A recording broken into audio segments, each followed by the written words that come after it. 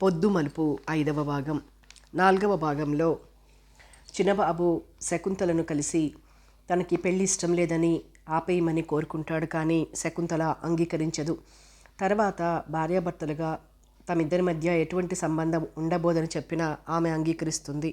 కథ కొనసాగుతుంది. పందిళ్ళు, పాకలు, తోరణాలు, పెళ్లి ఏర్పాట్లు అట్టహాసంగానే చేస్తున్నారు ఇరుపక్షాల వారు. కోడలు గృహప్రవేశం రోజున పెద్ద విందు ఏర్పాటు చేశారు దత్తు. ప్రతిరోజు రాంబాబు దగ్గర నుంచి ఉత్తరం కోసం ఎదురు చూస్తున్నాడు. కానీ ఎటువంటి ఉత్తరం రాలేదు చిన్నబాబుకి. అతను తనకు ఆ వేళ ఇచ్చి వెళ్ళిన కాగితాలు పెట్లో పడేశాడు. తీసి చదివాడు. అదొక వీలునామా. అతని తాలూకు ఆస్తులు మల్లిక వచ్చే వరకు తన అధీనంలో, అనుభవంలో ఉంటాయి. మల్లిక వస్తుందో లేక ఈ ఆస్తులు తనకే రాసిపోయాడో రాంబాబు. విరక్తిగా నవ్వుకునేవాడు చిన్నబాబు. ఆ కాగితాల విషయం తండ్రికి చెప్పలేదు. రాంబాబు వెళ్ళిన మర్నాడు అతని ఇంటికి తాళం వేసి రమ్మని నౌకర్ని పంపించారు దత్తు. అతను తిరిగొచ్చి తాళం వేసే ఉందండి అన్నాడు. అప్పుడు చెప్పాడు చిన్నబాబు, నా దగ్గరున్నాయి ఆ ఇంటి తాళం చెవులు. నేను కప్ప వేశాను. అతను ఇల్లు, భూమి నాకే అప్పగించారు అని. మళ్ళీ వస్తాడా అన్నాడు దత్తు అదోలా నవ్వుతూ. ఏమో నాకు తెలియదు అన్నాడు చిన్నబాబు. అతని మీద నువ్వు చూపించిన అభిమానం నాకు తెలుసులేరా అబ్బాయి అన్నారు దత్తు నవ్వుతూ. అతని నవ్వు ఎన్నో అర్థాలు చెబుతోంది. అతనెప్పుడు మామూలు నవ్వు నవ్వడు. ఆ తర్వాత అసలు రాంబాబు ప్రసక్తి రాలేదు ఆ తండ్రి కొడుకుల మధ్య. బంధువులు, తన స్నేహితులు తప్ప కొడుకు తాలూకు స్నేహితులెవ్వరూ పెళ్లికి హాజరు కాకపోవటం చూసి, ఏరా చిన్న, నువ్వెవ్వరికీ శుభలేఖలు పంపలేదా? నీ స్నేహితులు ఎవరికి ఆహ్వానించలేదా అడిగారు దత్తు కొడుకుని. లేదు, పొడిగా జవాబిచ్చాడు చిన్నబాబు. పెళ్లి యాంత్రికంగా జరిగిపోయింది. పెళ్లి కొడుకేమిటి అలా చీమలు కుట్టినట్లు ముఖం? అతను దుమదుమలాడుతున్నాడు అని ఆడవాళ్లు ఊసులు పెట్టుకున్నారు. శకుంతల అతని ప్రవర్తన గ్రహించినా ఎక్కడికి పోతాడులే, అతనే దారికొస్తాడన్నట్లు తనకు తాను ధైర్యం చెప్పుకొని నిబ్బరంగానే ప్రవర్తించింది. శకుంతల అత్తవారింటికొచ్చింది. పార్టీ అయిపోయిన తర్వాత బంధువులంతా వెళ్ళిపోయారు. కోడలు అందమైన తెలివైన పిల్ల. దత్తు తృప్తిగా, చాలా ఉత్సాహంగా ఉన్నారు. అతనికి కాఫీ, టిఫిను, ఒక్కోసారి భోజనం కూడా పెడుతుంది. కమలమ్మ నేర్పుగా ఇల్లు, ఇంటి బాధ్యతలు, పని పాటలు అన్నీ కోడలికి ఒక్కొక్కటి అప్పగిస్తోంది. అమ్మాయి శకుంతల, మామగారు కాఫీ, బోర్న్విటా, హార్లిక్స్ ఏమన్నా కావాలంటే కలిపివ్వమ్మా అంటుంది. అలాగే మామయ్య అని పిలిచి అతన్ని అడిగి అతనేం కలిపిమ్మంటే అది నిమిషాల్లో కలిపిస్తుంది శకుంతల. మీ అత్తగారుందే, అసలు ఆ పౌడరు, పాలు, పంచదార ఏది గ్లాసులో పడనివ్వదు. నువ్వు కమ్మగా కలిపావు తల్లి. ఇక ఆమెకు ఈ పని వదలకు. పెద్దవాడిని అయిపోయానా, కాస్త ప్రాణం నిలబడుతుంది. అమృతంలా ఉంది తల్లి హార్లిక్సు అంటాడతను మెచ్చుకోలుగా. ఇక చిన్నబాబు దగ్గరికి వస్తే బంధువులంతా వెళ్ళిపోయారు. ఇంకా బిడియమేమిటి, డాబా మీద గదికి వెళ్ళు అని ఓ సాయంత్రం తానే స్వయంగా కోడలి తలలో సన్నజాజులమాల తురుముతూ అంది కమలమ్మ. అత్తగారు అనుమానిస్తుందనే అనుమానంతో విధిలేక చిన్నబాబు గదికి వెళ్ళింది శకుంతల. అతను మంచం మీద వెల్లకిలా పడుకుని కళ్ళు మూసుకుని పడుకున్నవాడల్లా అడుగుల సవ్వడికి ఒత్తిగిలి గది గడపలో నిల్చున్న శకుంతల వైపు కనుబొమ్మలు చిట్లించి చురుగ్గా చూశాడు. మీ అమ్మగారు ప్రతిరోజు మీ గదికి వెళ్ళమని మందలిస్తుంటే అంది శకుంతల నేల చూపులు చూస్తూ నెమ్మదిగా. ఓ, అయితే ఈ పక్క గది ఖాళీగానే ఉంది. అందులో మా తాతయ్య పందిరి మంచం ఉంటుంది. దానిమీద ఈ పక్క పరుచుకుని పడుకుంటే సరి అని లేచి పక్క మీద దుప్పటిలాగి ఆమె వైపు విసిరాడు చిన్నబాబు. ఇష్టం కాదని చెప్పినా మొండిగా పెళ్లికి సిద్ధమైంది. వీడే దారికొస్తాడు అనే భరోసా అయి ఉంటుంది. కానీ అనుభవిస్తుంది. గొప్ప గడుసుదనం ప్రదర్శిస్తోంది. మామగారిని మంచి చేసుకోవటం, అత్తగారి దగ్గర పెత్తనం లాక్కోవడం అయ్యింది. ఇక నాపై విసురుతుంది బల. ఈమెను జన్మలో తాకను, కావాలని పెళ్లాడింది కదా, అనుభవిస్తుంది అనుకున్నాడు కసిగా చిన్నబాబు. ఉదయం 6 గంటలకు ఫ్లాస్క్తో అతని గదిలో కాఫీ పెట్టి శకుంతల వెళ్ళిపోవటం చిన్నబాబు చూడడు. ఆమె అతనితో అప్పుడప్పుడు మాట్లాడాలని ప్రయత్నిస్తుంది. అతను ముఖం తిప్పుకుంటాడు. కమలమ్మ వారి దాంపత్య జీవితాన్ని అనుమానించకపోలేదు. కోడల్ని అడిగింది, అమ్మాయి, మా వాడు నీతో మామూలుగానే ఉంటున్నాడా అని. దానికి శకుంతల గలగల నవ్వేస్తూ, పోండత్తయ్యా, మీ ప్రశ్నలు మీరును అనేసింది. దత్తుగారికి అంతుపట్టడం లేదు. వారి మధ్య ఉండే సంబంధం ఎంతవరకు అనో. అలా తోట దొడ్డి చూపించు అమ్మాయికి, షికారుగా వెళ్ళండి అంటాడు చిన్నబాబుతో. అతను ఓసారి తండ్రి వైపు చురుగ్గా చూసి విసురుగా ముఖం తిప్పుకుంటాడు. పండగలకు అత్తవారింటి నుంచి ఆహ్వానం వచ్చినప్పుడు నవ్వుతూనే వారి ఆహ్వానాన్ని తిరస్కరించాడు చిన్నబాబు. శకుంతల వెళ్ళలేదు. నేను రావటం లేదని మీరు ఆగిపోనవసరం లేదు, వెళ్ళొచ్చు, వెళ్ళి ఎంతకాలమైనా ఉండొచ్చు అన్నాడు శకుంతలతో ఓ సాయంత్రం. వరండాలో నిల్చొని ఎటో చూస్తూ ఆలోచనలో మునిగున్నప్పుడు చివాలన తల తిప్పి అతని వైపు చూసి మళ్ళీ వెంటనే చూపులు వాల్చేస్తూ, మీతో కలిసి ఉండటమే నాకు పండగ అనేసింది శకుంతల. నీకీ బ్రతుకు పండగలా ఉందన్నమాట నొక్కి అని అక్కడి నుంచి వెళ్ళిపోయాడు చిన్నబాబు. శకుంతల పుట్టింటికి వెళ్ళలేదు. తల్లిదండ్రులొచ్చి పిలిచినా పోలేదు.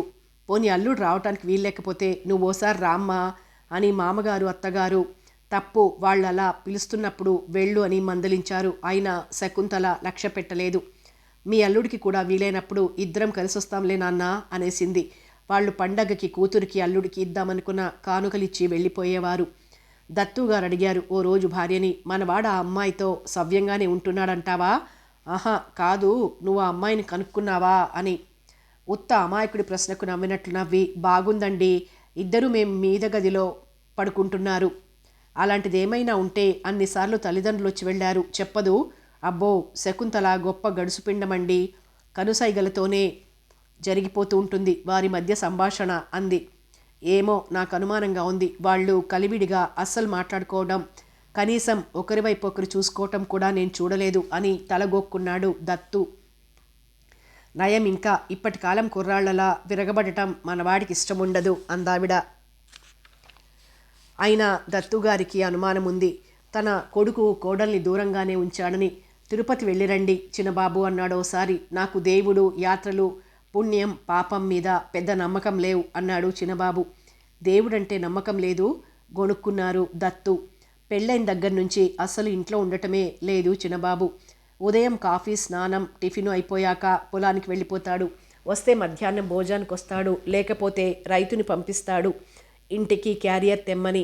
మామిడి తోటలో పాక వేయించుకున్నాడు. ఆ పాకలోనే ఓ పట్టెమంచం, తలగడా తెచ్చుకున్నాడు. కొంచెం సేపు రైతులతో కూలీలతో మాట్లాడుతూ వాళ్ళు చేసే పనులు చూడటం, తర్వాత పాకలో పడుకుని విశ్రాంతి తీసుకోవటం.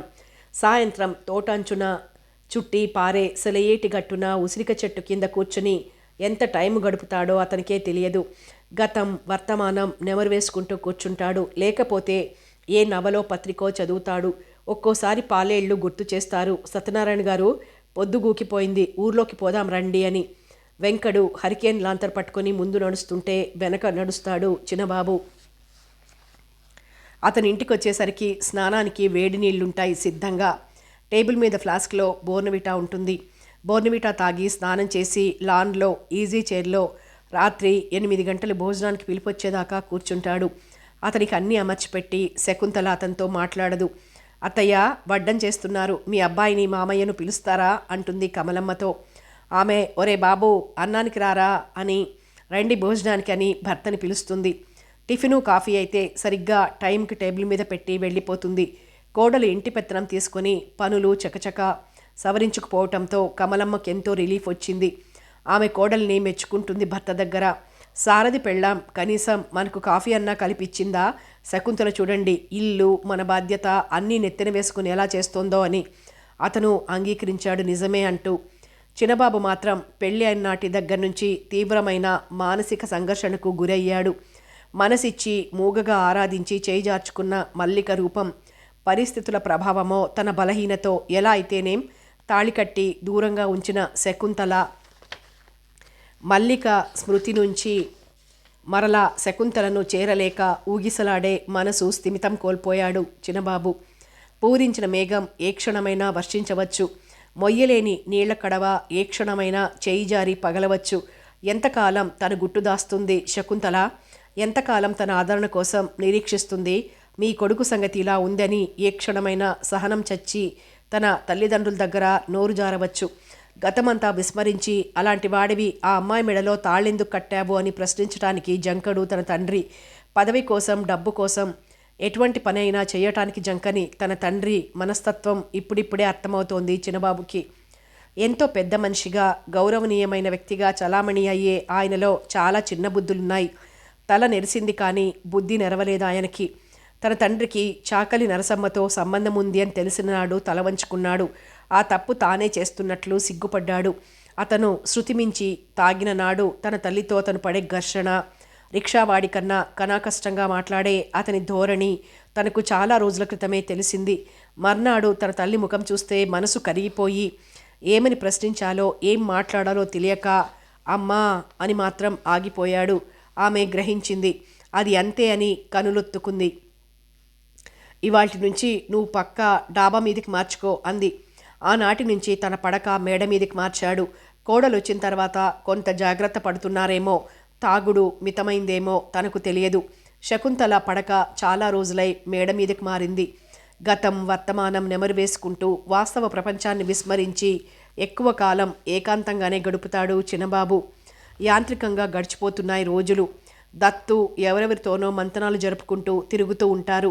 కమలమ్మ కోడలు ఇంటి పనులు చక్కదిద్దుకుంటుంటే భగవద్గీత చదువుకుంటుంది, ఇంటి పనులు చేస్తుంది. ఇరుగు పొరుగు ఎవరన్నా వస్తే వారితో మాట్లాడుతుంది. అలా జరిగిపోతోంది ఆమెకు రోజులు. ఏమిటి కాపురం, ఎంతకాలం ఇలా? అతని అనుగ్రహం కోసం నిరీక్షిస్తుంది. ఈ నిరీక్షణలో వయస్సు జారి కాలం తీరిపోతుందేమో అతన్ని అడిగేస్తే అని ఏ అర్ధరాత్రో అతని గది గడప దగ్గర నిల్చొని తలుపు తట్టి పిలవబోతుంది. చిచి, తీరా అతను తలుపు తెరిచి ఎందుకు అని అడిగితే ఏమని చెబుతుంది అనుకుని వెనక్కి మళ్ళీపోతుంది. మంచం మీద బోర్లా పడుకుని గుండెలు అవిసేలా విలపిస్తుంది. అతనితో ఏమన్నా మాట్లాడాలని ప్రయత్నిస్తుంది. ఇవాళ మీ కాఫీలో పంచదార వేశానా? అతను స్నానానికి బాత్రూం వైపు వెళ్తుంటే ఓ రోజు ప్రశ్నించింది. ఆ చిన్నబాబు జవాబు. కనీసం ఆమె వైపు చూడనన్నా చూడలేదతను. భోజనం అతను పొలం నుంచి మనిషిని పంపిస్తే క్యారియర్ సర్దివ్వటం, లేదంటే అన్నీ టేబుల్ మీద అమర్చి ఉంచటం, అతనే వడ్డించుకు తింటాడు. కమలమ్మ అప్పుడప్పుడు అంటుంది, శకుంతల చిక్కిపోతున్నావు అని. రాత్రిపూట పాలు తాగు అంటుంది. ఒంట్లో నీరసమది లేదు కదా అభిమానంగా అడుగుతుంది. అత్తమామల అభిమానమే లేకపోతే తాను ఇంట్లో ఉండగలిగేదా? నువ్వు పుట్టినింటికి ఓసారన్నా వెళ్ళకపోతే మమ్మల్ని అందరూ ఆడిపోసుకుంటారు, వెళ్ళి 4 రోజులు ఉండిరా అని కమలమ్మ మందలించటంతో ఒకసారి దత్తుగారితో పుట్టింటికి వెళ్ళి 2 రోజులు ఉండి వచ్చింది. ఆమె ఏమైనా కావాలని ప్రశ్నించి మాట్లాడబోతే చిన్నబాబు నుంచి పొడి పొడి జవాబులు వస్తాయి.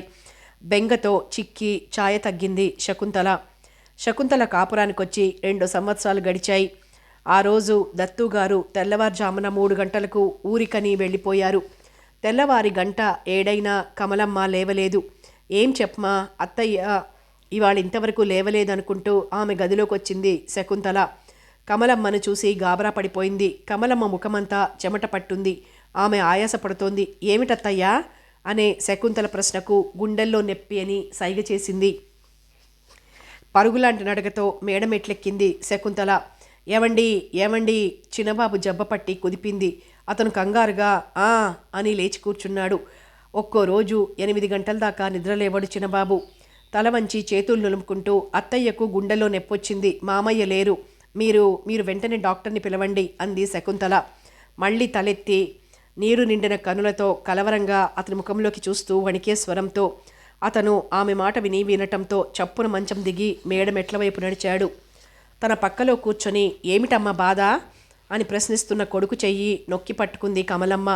ఆమెకు ఆయాసంతో మాట రాలేదు. గుండె నొప్పి అని సైగ చేసింది. శకుంతల షర్ట్ తీసుకురా అన్నాడు చిన్నబాబు.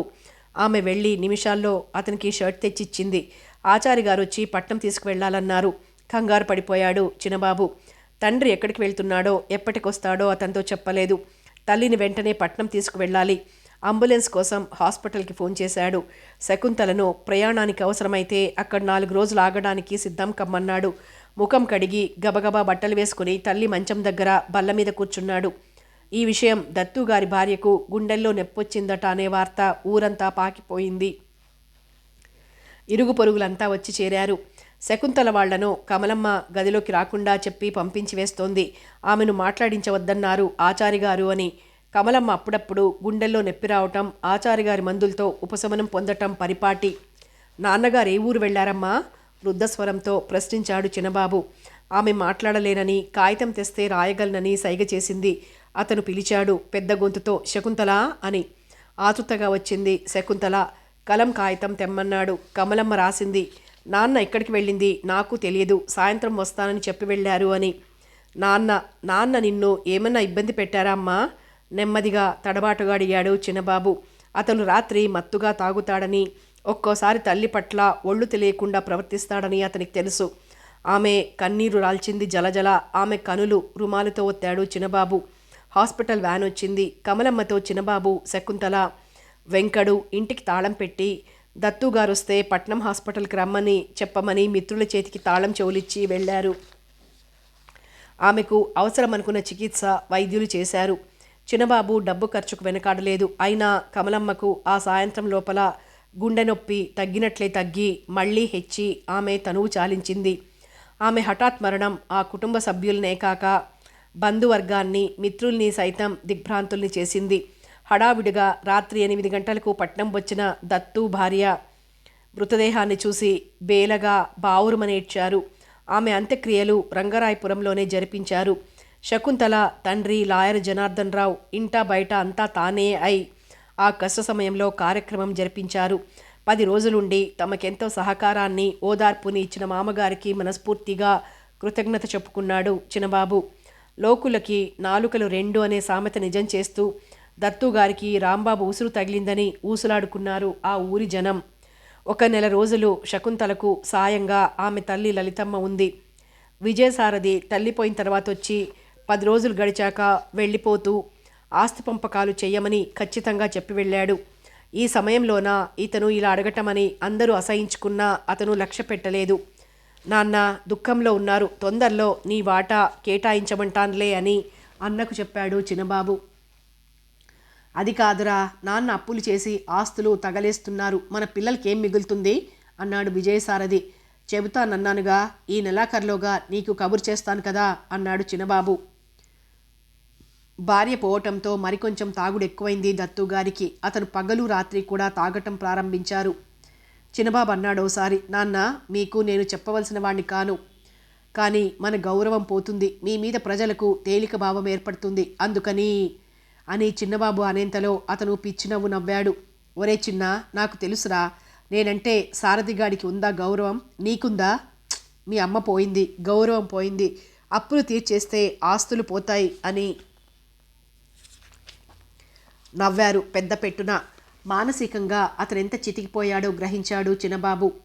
ఇది పరిస్థితి, నాన్న మనసు చెడగొట్టుకున్నారు, కొన్ని రోజులాగు, అప్పుడు నీ వాటా ప్రస్తావన తేవచ్చని సారథికి ఉత్తరం రాశాడు. శకుంతల మౌనంగా ఇంటి పనులు సవరించుకుపోతోంది. ఏమైనా బజార్ నుంచి తెప్పించవలసినవి ఉంటే మామగారు తాగకుండా మామూలు మనిషిగా ఉంటే బజార్ నుంచి సామాన్లు తెప్పించాలి మామయ్య అంటుంది. అతను కోమటి కొట్టుకి పద్దురాసి పంపు అంటాడు. ఆమె ఏం కావాలో సరుకుల పేర్లు ఎంత కావాల్సింది రాసి వెంకటి చేతికిస్తుంది. మామగారు తాగి ఉంటే తప్పనిసరిగా బజారు సామాన్లు కావాల్సి వస్తే చిన్నబాబు దగ్గరికి వచ్చి నిల్చుని బజార్ నుంచి సామాన్లు తెప్పించాలి, పద్దు రాసి వెంకటి చేతికి ఇవ్వనా అంటుంది. అంటాడతను. అతను పొలానికి వెళ్తూ చెబుతాడు గోడకు చెప్పినట్లు. ఆమె ముఖం వైపు చూడకుండా క్యారియర్ పంపించు, మధ్యాహ్నం భోజనానికి ఇంటికి రాను. సరే అలాగే అంటుంది శకుంతల.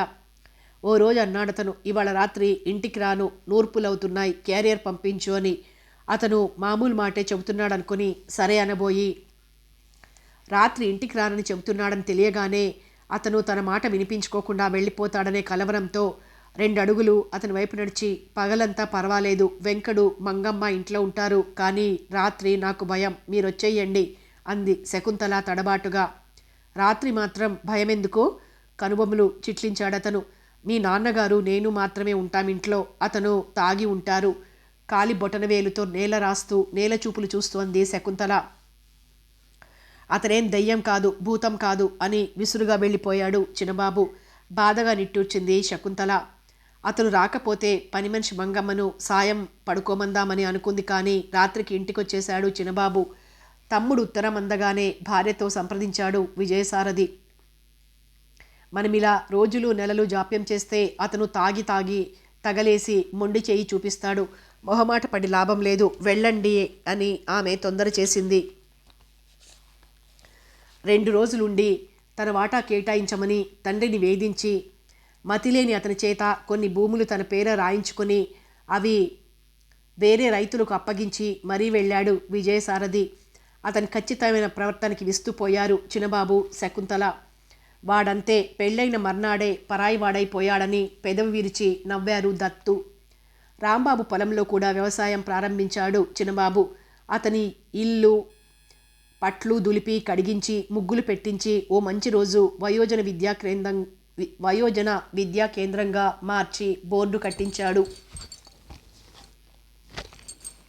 యువకులు వృద్ధులు పలక బలపం పట్టుకుని విద్య నేర్చుకోవటానికి వస్తుంటే వాళ్ల చేత అక్షరాలు రాయించటం, వారికి పురాణ కథలు చెప్పటం, ప్రతిరోజు సాయంత్రం 6 గంటలకు మొదలు 11 వరకు చక్కని కాలక్షేపం చిన్నబాబుకి. అతను వచ్చే వరకు శకుంతల వీధి సావిట్లో ఏదో పుస్తకం తిరిగేస్తూ మెలకుగా ఉంటుంది. అతనికి తలుపు తెరిచి మేడ మీద తన గదికి వెళ్ళి పడుకుంటుంది. అతనే వడ్డించుకుని తింటాడు. ఆమె వడ్డన చేయటం అతనికి ఇష్టముండదని గ్రహించింది శకుంతల. ఒకప్పుడు ఆమెలో అతను మారగలడని ఆశ ఉండేది. ఇప్పుడు అతను పట్టుదల గల మనిషి, మరి మారడు అనుకుంటోంది. అతను శకుంతల తమ ఇంటి బరువు బాధ్యతలు నెత్తిన వేసుకుని తెలివిగా గృహ నిర్వహణ నిర్వర్తిస్తున్నందుకు ఆమెను అభినందిస్తున్నాడు. తనను విసిగించని ఆమె ప్రవర్తన మెచ్చుకుంటున్నాడు. ఆమె ఉనికికి జాలి పడుతున్నాడు. కానీ భర్తగా ఆమెకు న్యాయం చేయలేకపోతున్నాడు. శకుంతలే కాదు, అతని మనసు ఏ స్త్రీ వైపు ఆకర్షితం కావటం లేదు. అప్పుడప్పుడు ఏ అర్ధరాత్రో అతని వయస్సు అల్లరి పెట్టకపోలేదు. ఆ క్షణాల్లో శకుంతల గది తలుపు తట్టి పిలవాలనుకుంటాడు. మళ్ళీ ఏదో సిగ్గు, ఆమె దగ్గర తాను చులకన అవుతాను అన్నట్లు ఫీల్ అవుతాడు. ఉత్త శారీరక వాంఛతో ఆమెను దగ్గరకు తీసుకోవటం అంత నీచం మరోటి లేదు. తనలో పరివర్తన కావాలి. తన మనస్సు ఆమెను కోరుకోవాలి, ఆమెను ప్రేమించాలి. ఆమె రూపం తనను ఆకర్షించి కవ్వించి రెచ్చగొట్టాలి. అప్పుడు ఆమె గదిలో అడుగు పెడతాడు. అంతే, గట్టిగా కనులు మూసుకుని నిద్రకు ఉపక్రమిస్తాడు. ఆ రోజు అతను రాత్రి 11 దాటాకి ఇంటికొచ్చాడు. వీధి తలుపు తట్టి పిలవనవసరం లేకుండానే చెయ్యి వేసేసరికి తెరుచుకుంది. రోజులా శకుంతల సావిట్లో లేదు. సావిడి వరండాలో అడుగుపెట్టిన చిన్నబాబు ఎవరో ఏడుస్తున్నట్లు వెక్కిళ్ళు వినిపించటంతో చప్పున ఆగి చెవులు రిక్కించి ఆ వైపుకు కదిలాడు. అతని గుండె వేగంగా కొట్టుకోవడం ప్రారంభించింది. ఆ ఏడుపు శకుంతలది. తన తండ్రి గదిలోంచి వస్తోంది. ఆ క్షణంలో అతనిలో 1,00,000 ఆలోచనలు, 1000 ఊహలు. తమ దాంపత్య జీవితం గురించి తన తండ్రితో చెప్పుకొని ఏడుస్తోంది శకుంతల. ఆ ఊహ రాగానే అతనికి శకుంతల మీద అతను ఏర్పరచుకున్న ఒక మంచి అభిప్రాయం చెదిరిపోయింది.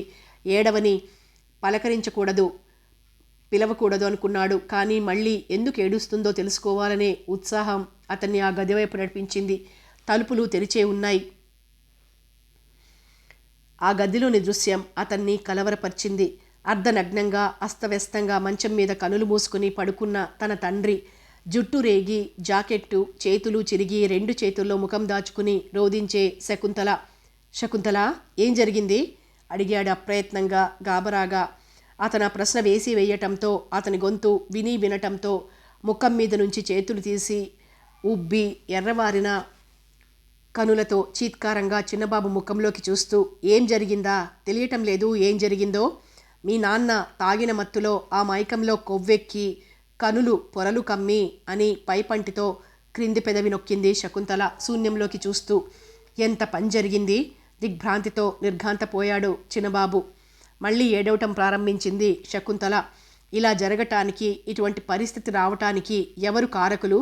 శకుంతల పట్ల ఉదాసీనంగా ఉపేక్షించిన తన, తాగి మత్తులో మతి పోగొట్టుకుని అనుచితంగా ప్రవర్తించిన తన తండ్రా? అతని తల తిరిగిపోయింది. శీలం పోగొట్టుకుంది శకుంతల. వీలైనంతకాలం ఆమెకు దూరంగానే గడపాలనే ఉద్దేశంతో తను వ్యాపకాలు కల్పించుకున్నాడు. తనను కట్టుకుని ఏ సుఖము ఎరగదు సరికదా. మంచి రోజు కోసం నిరీక్షిస్తూ తన నీడ వదలని అమాయకురాలు శకుంతల అన్యాయంగా తన తండ్రి పశువాంచకు బలైపోయింది. అస్తవ్యస్తంగా మంచం మీద పడుకొని నిద్రపోతున్న తండ్రి వైపు చూశాడు.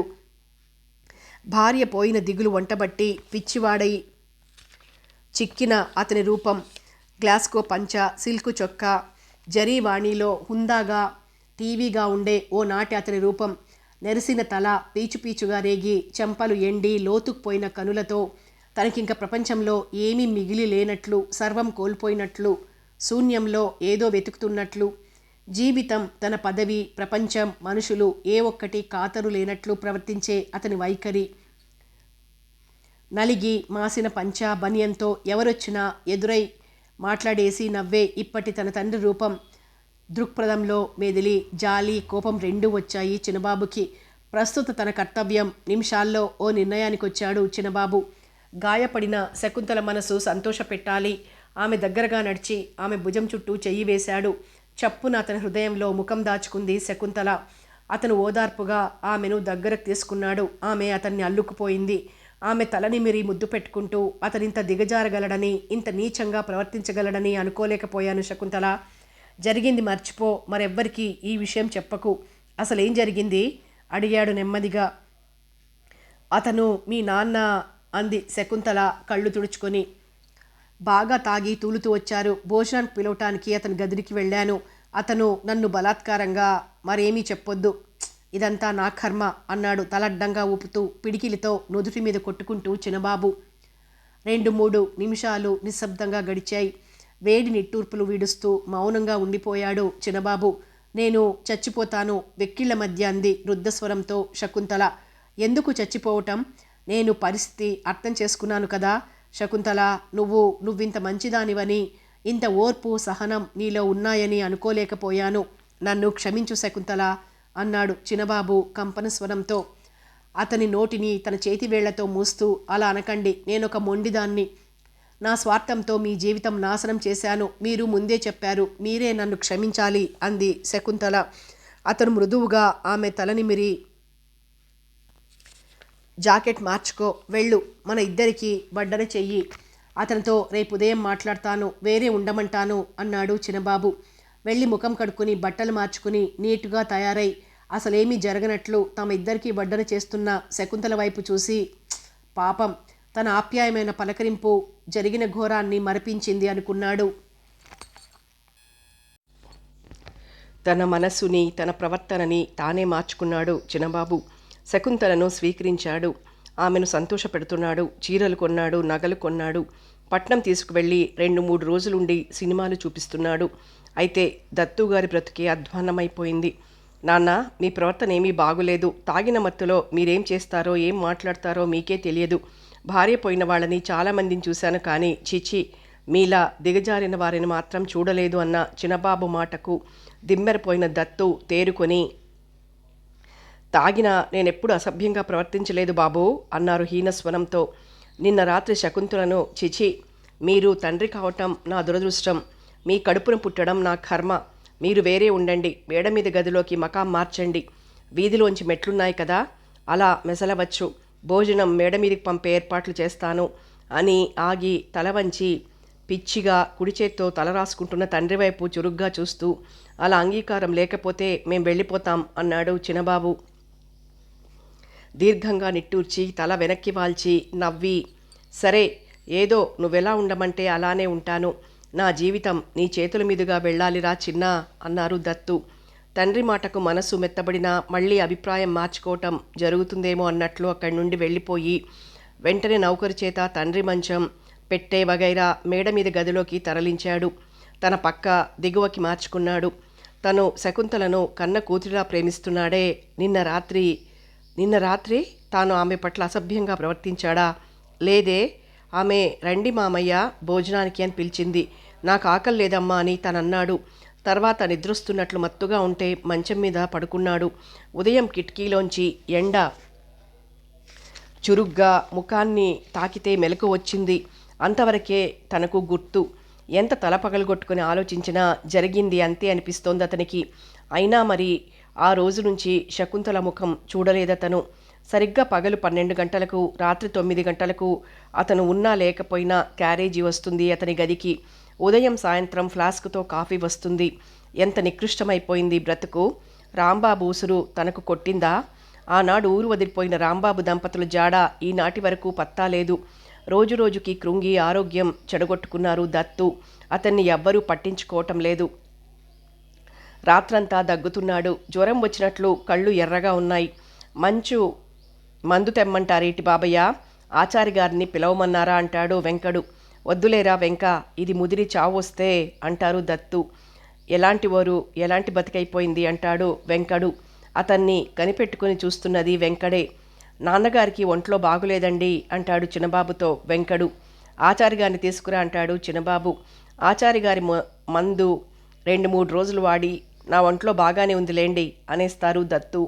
అప్పుడప్పుడు పలకరిస్తాడు చిన్నబాబు. నాన్న, ఆరోగ్యం ఎలా ఉంది అని. అతను నవ్వి, బాగానే ఉంది, పెద్దవాడిని అయిపోయాను కదా, వయసు జారిపోయింది అంటాడతను. వ్యవసాయం, రాబడి, ఖర్చు వివరిస్తాడు చిన్నబాబు తండ్రి ముఖంలోకి చూడకుండానే గోడల వైపు చూస్తూ. నాకెందుకు బాబు అవన్నీ, ఇంత తిండి పడేస్తున్నావు, ఇంట్లో ఉండనిచ్చావు, అదే చాలంటారు దత్తు. కొడుకు మేడ మీద తనను గదిలోకి తరిమిన నెలలోనే ప్రెసిడెంట్ గిరికి రిజైన్ చేశారు దత్తు. ఒక్కోసారి అనిపిస్తూ ఉంటుంది, చిన్నబాబు ఇంతగా మారిపోయాడంటే శకుంతల పట్ల తను అసభ్యంగా ప్రవర్తించాడేమో, లేకపోతే ఇంత మనసు విరుచుకోడు. మామయ్య మామయ్య అని ఎంతో అభిమానంగా గౌరవంగా ప్రవర్తించే శకుంతల ముఖం చాటు చేసుకోదు. అయినా మంచిది, శకుంతల తనకిష్టమైన వంటలు చేసి పెడుతుందని తృప్తి పడతారాయన. వినాయక ఉత్సవాలని, శ్రీరామ ఉత్సవాలని చందాలకొస్తారు. మామూలుగా దత్తుగారి దగ్గరికి ఆ కార్యక్రమాలు జరిపించే పెద్దలు. నేను అన్నీ వదులుకున్నాను, అబ్బాయిని అడగండి అంటారు దత్తు. నాన్నగారు ఎంత ఇచ్చేవారని వారిని అడిగి ఆ డబ్బు ఇచ్చి, ఈ చందా ఆయనిచ్చినట్లే రాసుకోండి అంటాడు చిన్నబాబు. నాన్నగారు మిమ్మల్ని అడగమన్నారని విషయం వివరించిన వ్యక్తులతో. దత్తుగారి బస మేడ మీద గదిలోకి మారటం, అతనికి క్యారేజీ భోజనం పంపడం ఆ ఊరి వారందరికీ అర్థం కాని అంతుపట్టని రహస్యమే అయింది. ఎవరికి తోచినట్లుగా వారు అనుకుంటున్నారు. చిన్నబాబు 2 సార్లు భార్యతో కలిసి అత్తవారింటికి వెళ్ళి 4 రోజులు ఉండొచ్చాడు. అతనిలో వచ్చిన మార్పుకి వారెంతో సంతోషించారు. ఓ రకంగా రాంబాబు, మల్లిక గుర్తొచ్చినా విస్మరించాడు చిన్నబాబు. తను వేరైనా వారిద్దరూ ఒకటయ్యారని సంతోషించేవారు దత్తు. ప్రకాష్కి ఉత్తరం రాశాడు చిన్నబాబు, నీ భార్య పిల్లలతో వచ్చి మా ఆతిథ్యం స్వీకరించు అని. తప్పకుండా అలానే వస్తాం అని ఉత్తరం. ఉత్త ఆహ్వానం కాదు, అబ్బాయి లేదా అమ్మాయి బర్త్డే అని ఆహ్వానించు అని రాశాడు జాబు. ప్రకాష్ తొలి రోజు వచ్చిన ఉత్తరం చదివి, చూడు మా ప్రకాష్ రాసిన ఉత్తరం అని శకుంతలకు ఆ ఉత్తరం ఇచ్చి, జవాబేం రాయమంటావు? కొంటెగా కనుబొమ్మలు ఎగరేసి నవ్వాడు చిన్నబాబు. ఇప్పట్లో ఏ పిల్లలు వద్దు బాబు అని సిగ్గుపడింది శకుంతల. వద్దు అమ్మాయి, నాకు 30 దాటుతోంది, నాకు కావాలి అన్నాడు చిన్నబాబు.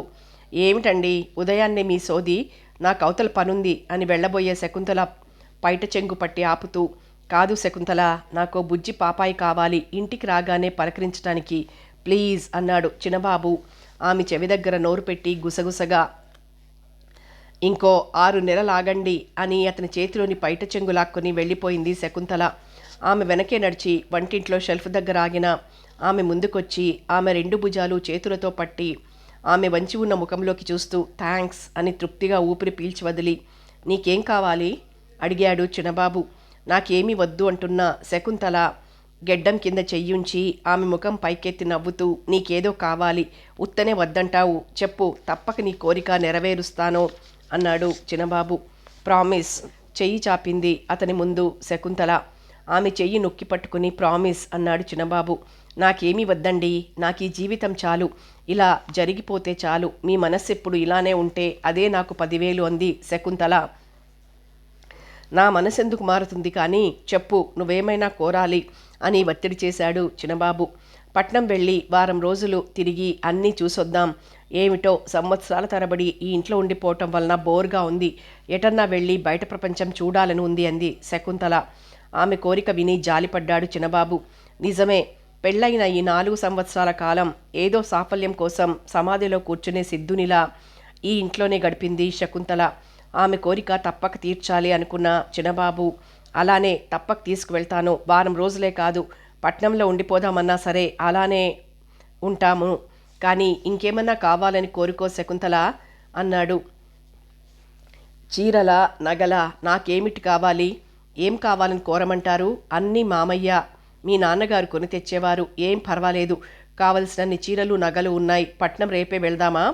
చీరలు నగలు నాన్న కొని తెచ్చేవారు దురుద్దేశంతోనే, ఎప్పుడన్నా శకుంతలను వశం చేసుకొని అనుభవించాలనే ఎంత తుచ్చమైన కోరిక, ఎంతో పెద్ద మనిషిగా గౌరవనీయుడిగా కనిపించే అతనిది ఎంత చిన్న మనసు అనుకున్న చిన్నబాబు ముఖం కోపంతో కందింది. పెదవులు వణికాయి. దీర్ఘంగా నిట్టూర్పు వదిలి, అలాగే రేపే వెళ్దాం, హోల్డాల్లో బట్టలు సర్దు, బ్రీఫ్ కేస్లో నా బట్టలు పెట్టు, నలిగిపోతాయన్న చీరలు కూడా పెట్టెలోనే పెట్టు అన్నాడు చిన్నబాబు. మీ నాన్నగారి భోజనం అంది శకుంతల అతని షర్టు బొత్తాలు చేతివేళ్లతో స్పృశిస్తూ. ఆచారిగారిని పంపించమని చెబుతాను, లేకపోతే అన్నయ్య దగ్గరికి వెళ్ళిపోమ్మంటాను, ఇప్పుడే చెబుతానుండు అని మేడ మెట్ల వైపు నడిచాడు చిన్నబాబు. మంచం మీద మఠం వేసుకుని కూర్చుని చుట్ట కాలుస్తూ కిటికీ చువ్వల మధ్య నుంచి కనిపించే మొగ్గ తొడిగిన తురాయి చెట్టు, దానిపై వాలి గోలగా అరిచి ఎగిరే కాకుల వైపు చూస్తున్నారు దత్తు.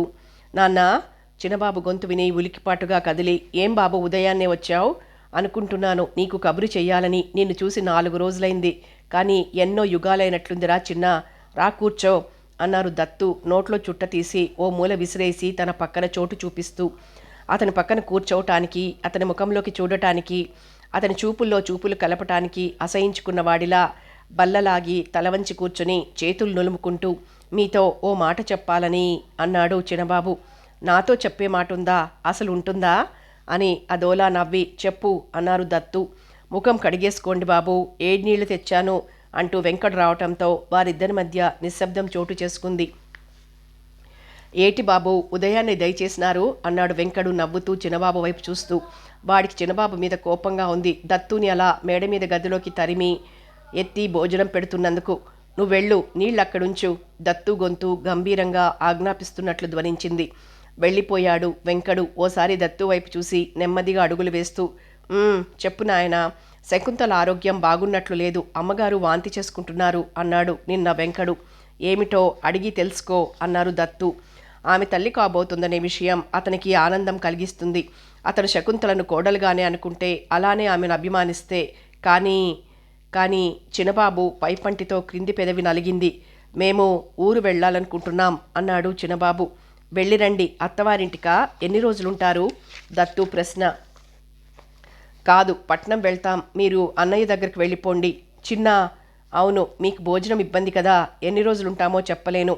మీరు ఊరు వెళ్ళినప్పుడు ఆచారి గారింటి భోజనం వస్తుంది కదా, లేకపోతే వెంకడు వండి పెడతాడు. అంతేగాని నేను పెద్దవాడి దగ్గరకు మాత్రం వెళ్ళను. చచ్చిపోతాను గత్యంతరం లేకపోతే, నువ్వు ఈ ఇంట్లోంచి కూడా తరిమేయాలనుకుంటే అన్నారు దత్తు. ఆ గొంతులో ఆవేశం, రోషం. సరే, మీ ఇష్టం, ఏం చేస్తారో నాకు తెలియదు. మేం రేపు పట్నం పోతాం అని లేచి గిరుక్కున వెనుదిరిగి మేడమెట్లు దిగిపోయాడు చిన్నబాబు. దత్తు గారి కన్నుల్లో నీరూరింది. నన్ను నీ కూడా తీసుకుపోక ఎందుకు వదిలావు కమలా అని అతని మనస్సు ఆక్రోశించింది. చిన్నబాబు వెళ్ళిపోయిన వెంటనే మెట్ల మీదే ఆ తండ్రి కొడుకుల మధ్య సాగే సంభాషణ వినాలని చెవులు రిక్కించి నిల్చున్న వెంకడు దత్తుగారి గదిలోకి నడిచాడు పరుగులాంటి నడకతో. ముఖం కడిగేసుకోండి బాబు, కాఫీ నీళ్లు తెస్తాను అన్నాడు వెంకడు. తల 2 చేతులతో పట్టుకుని కూర్చున్న దత్తుగారి వైపు జాలిగా చూస్తూ.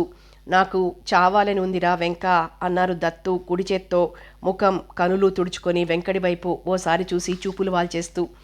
ఎంతటి వారు, ఎలాంటి బతుకైపోయింది. కొడుకులు కారండి, శత్రువులండి, విరోధులండి. ఎందుకు సావాల బాబు? భగవంతుడిచ్చిన బతుకు బతకాల. దేవాలయం కాడికి పోయి కూర్చుందాం రండి బాబు, అక్కడికో సాధువు వచ్చి ఏదాంతం చెబుతున్నాడు, ఇందాం అన్నాడు వెంకడు గబగబా. నవ్వారు దత్తు. నిజంగా వెంకడు లేకపోతే నా బ్రతుకింకా బరువైపోయేదనుకుంటూ ముఖం కడగటానికి లేచారు దత్తు. మీ నాన్నగారేమన్నారు అడిగింది శకుంతల చిరాగ్గా ఉన్న చిన్నబాబు ముఖంలోకి చూసి నవ్వుతూ. అతననేదేముంది, అతని పర్మిషన్ ఎందుకు? ఏదోలా పోతాడు, మనం వెళ్ళిపోదాం. ప్రయాణానికి సర్దు, అతనికి అడ్రస్ కూడా ఇవ్వను అన్నాడు చిన్నబాబు. బాగుందండి, అడ్రస్ ఇవ్వకపోతే ఎలా అని ఇంకేమో అనబోతున్న శకుంతలను వారిస్తూ, అతని గురించి నాకింకేమీ చెప్పకు అన్నాడు చిన్నబాబు. శకుంతల ముఖంలో ఏదో పశ్చాత్తాపం లాంటి బాధ కదిలి మాయమైంది. కాఫీలో పంచదార వేయటం మర్చిపోయారటండి అమ్మగారు అన్న వెంకడి మాటకు ఏదో ఆలోచిస్తున్న శకుంతల వెంకడి వైపు తల తిప్పి, ఏమిటి అంది. కాఫీలో పంచదార వేయలేదటండి మళ్ళీ చెప్పాడు వెంకడు. అరే, మర్చిపోయానులా ఉంది, ఇదిగో డబ్బా ఇస్తాను, తీసుకెళ్ళి ఇయ్యి అని పంచదార డబ్బా చెంచా అతని చేతికి ఇచ్చింది శకుంతల. ఆ వాళ్ళంతా ఏమిటో ఆమె అన్యమనస్కంగా ఏదో విచారంగా ఉన్నట్లే గడిపింది. సామాన్లు సర్దటం హడావిడిలో కూర మార్చేశావు అన్నాడు నవ్వుతూ చిన్నబాబు. అవునండి అని తను నవ్వేసింది శకుంతల. తమకు తెలుసు, సామాన్లు సర్దటం కాదు, మనసెందుకో ఖరాబుగా ఉంది. తనను తానెందుకో నిందించుకుంటోంది. తన వ్యక్తిత్వంలో స్వచ్ఛత లేదని వాపోతోంది. ఉదయం వెళ్తూ మామగారికి చెప్పిరానా అడిగింది శకుంతల. అప్పుడే మేడమెట్లు దిగుతున్న చిన్నబాబుని కనుబొమ్మలు చిట్లించి చిరాగ్గా ఆమె వైపు చూస్తూ, ఏ ముఖంతో వెళ్తావు అతని ఎదరకు అన్నాడు చిన్నబాబు. ఆగిపోయింది శకుంతల. వెంక, ఆచారి గారింటి నుంచి భోజనం తెచ్చి నాన్నగారికి పెట్టు, కాఫీ హోటల్ నుంచి తెచ్చివ్వు, డబ్బు ఆయన గారికి ఇచ్చాను అని చెప్పే చిన్నబాబు మాటకు అడ్డం వస్తూ ఎప్పుడొస్తారు బాబయ్య అని ప్రశ్నించాడు వెంకడు. చెప్పలేను, ఇంటి తాళం చెవులు మేం తీసుకుని వెళ్తున్నాం. చిరునామా ఇచ్చారా బాబు నాన్నగారికి? అక్కడికి వెళ్ళాక రాస్తాను. తొందరగా వచ్చేయండి బాబు. అలాగేలే. దండాలమ్మా. ఈ వయసులో మామయ్య గారిని ఒగ్గేస్తే లాభం లేదు. మీరు ఆ బాబుని తల్లిలా చూడాలా. శకుంతల వైపు చూసి చేతులు జోడించాడు వెంకడు. వెళ్ళవయ్యా, అధిక ప్రసంగం. చిరాకు పడ్డాడు చిన్నబాబు. చిన్నబోయాడు వెంకడు. అతను చిన్నబాబుని భుజాన్న ఎత్తుకుని ఆడించాడు. అతని చేతుల మీదుగానే ఎదిగిపోయాడు చిన్నబాబు. ఇప్పటి వరకు అతను కసిరినట్లు గుర్తులేదతనికి. తలవంచి మౌనంగా మేడమెట్లెక్కాడు. కథ కొనసాగుతుంది.